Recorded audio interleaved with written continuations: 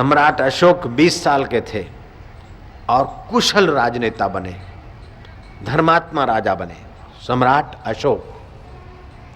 एक बार अशोक का जन्मदिन मनाया जा रहा था। सामने से एक साधु दिखाई दिया। अशोक की जय जयकार हो रही थी, लेकिन एक सच्चे संत को देखकर अशोक रथ में से उतरे, संत को प्रणाम किया। मुनियों को अपना वजीरों को आश्चर्य हुआ। वजीरों ने कहा कि इतने बड़े सम्राट होकर एक संत को प्रणाम करते हो, जरा अपनी इज्जत का तो ख्याल करो। अशोक ने कहा अच्छा, इस सवाल का मैं जवाब तुमको दूंगा। एक थैला दिया अशोक ने उस मंत्री को, उसमें मुंडियां दे दी, मुर्गी की मुंडी, बकरे की मुंडी, मछली की मुंडी, सूअर की मुंडी, मनुष्य की मुंडी। बोले मुंडियां बेच के आओ। सारी मुंडियां बिक गई, लेकिन मनुष्य की खोपड़ी बिकी नहीं। मंत्री वापस आया, बोले ये एक मुंडी नहीं बिकती और सारी मुंडियां बिक जाती। अशोक ने कहा जो मुंडी श्वास निकलने के बाद किसी काम की नहीं रहती, वो मुंडी अगर भगवान के नाते किसी संत के आगे मैंने झुकाई तो मैंने गलती क्या किया। ईश्वर के नाते किसी संत के आगे जो मुंडी एक दिन खोपड़ा किसी काम में नहीं आएगा, वो खोपड़ा अगर भगवान के नाते किसी संत के आगे झुका तो मैंने गलती क्या की। गलती में तो तुम हो के अहंकार को सजाना चाहते हो, हम तो अहंकार को मिटाकर भगवान से मिलना चाहते हैं। सम्राट अशोक। जिस सम्राट अशोक का सिंबल हमारे नोटों पर अभी तक चला आ रहा है, उस सम्राट अशोक की बात कर रहा हूं। 20 साल के उम्र में उसने राजगद्दी ऐसी तो सुंदर ढंग से संभाली कि अभी भी उनका सिंबल भारत सरकार नोटों पर छाप रही है। जयराम जी तो बोलना पड़ेगा। शिवाजी महाराज 19 साल में तोरण का किला जीतकर विजयी बने थे। 19 साल की उम्र में। अभी तुम्हारी उम्र तो बड़ी नहीं है, तुम भी 19 साल की उम्र तक बहुत कुछ कर सकते हो। और सुलभा ने 16 वर्ष की उम्र में दीक्षा ले ली थी। 6 महीने के अंदर यौगिक शक्तियों का अनुभव किया सुलभा ने। सुलभा का काम राम में बदलता चला गया, क्रोध क्षमा में बदलता चला गया, भय निर्भयता में बदलता चला गया, और विषाद और दुख सुख और शांति आनंद और माधुर्य में बदलता चला गया।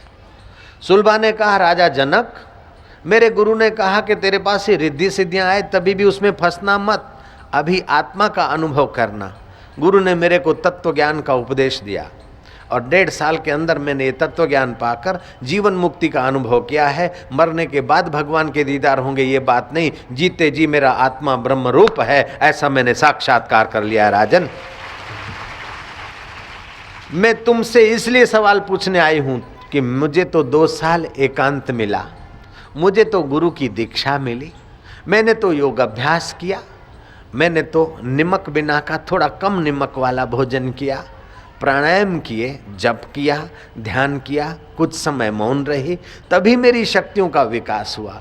लेकिन जनक, तुमने तो घोड़े के रकाब में पैर डालते डालते परमात्मा का दीदार कर दिया, ऐसी बात सुनाई पड़ती है। इसलिए मेरा सवाल है कि तुमको चुटकी भर में परमात्मा मिल गया तो दूसरों को क्यों नहीं मिलता है। जय राम जी की। अगर घोड़े के रकाब में पैर डाल के ईश्वर की प्राप्ति हो सकती इतनी चुटकी भर देर में, तो फिर इतने सारे शास्त्र, इतने नियम, प्राणायाम, जप, ध्यान, संयम, साधन की क्या जरूरत है। मैं ये सवाल पूछने आया हूँ, शास्त्रार्थ करने आया हूँ। जनक बोलता है कि देखो सुलभा, जनक किसको बोल रहा है?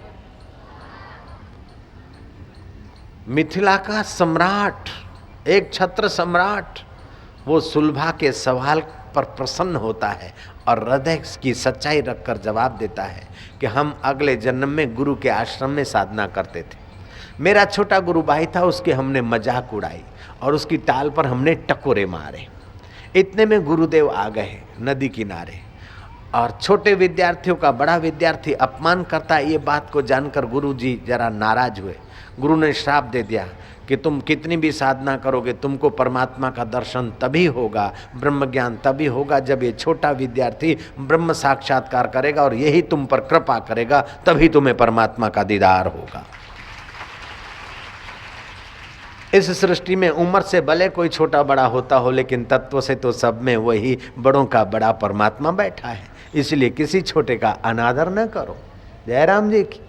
क्या पता आज का छोटा विद्यार्थी कल का नेता बन जाए और नेताओं का गुरु बन जाए और गुरुओं का गुरु ब्रह्मवेता महापुरुष साक्षात्कारी पुरुष बन जाए, विश्व गुरु बन जाए। इन नन्हे मुन्ने बच्चों में से तो होते हैं।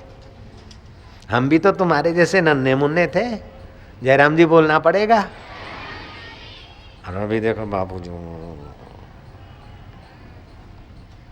शक्ति भक्ति और मुक्ति।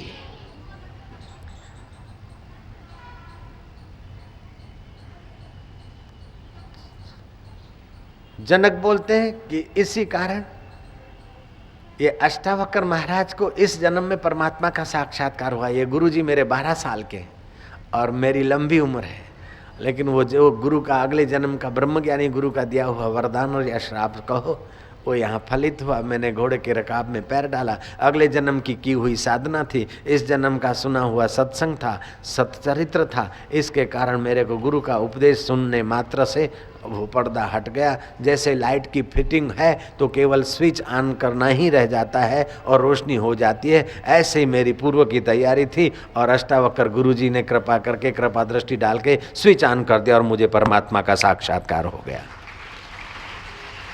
सुलभा ने कहा साधो साधो साधो, मतलब धन्यवाद धन्यवाद। अब मेरा दूसरा सवाल है राजन,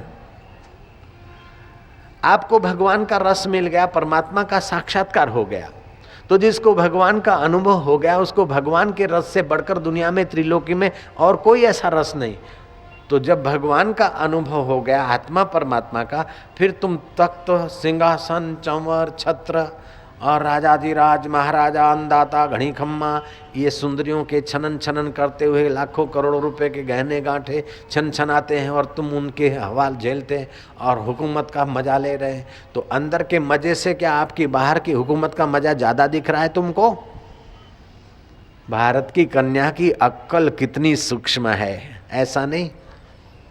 दिल के टुकड़े हजार, कोई यहाँ गिरा कोई वहाँ गिरा, गाना गाती जाती है, रोटी करती जाती है, उसके हाथ की रोटी खाएगा उसकी खोपड़ी के भी तो टुकड़े हजार हो जाएंगे, मन कहीं का कहीं भागता रहेगा। सुलभा के दूसरे सवाल से जनक ने कहा कि देख सुलभा, मेरे को गुरुजी ने आत्म सुख का अनुभव करा दिया है, अब मैं एकांत में जाकर अकेला आत्म सुख लूंगा, लेकिन ये परंपरागत तो मुझे जो राज्य प्राप्त हुआ है, अच्छे आदमी अगर राज्य सत्ता छोड़ देंगे तो फिर गलत आदमियों के हाथ में स्टेरिंग आ जाएगा।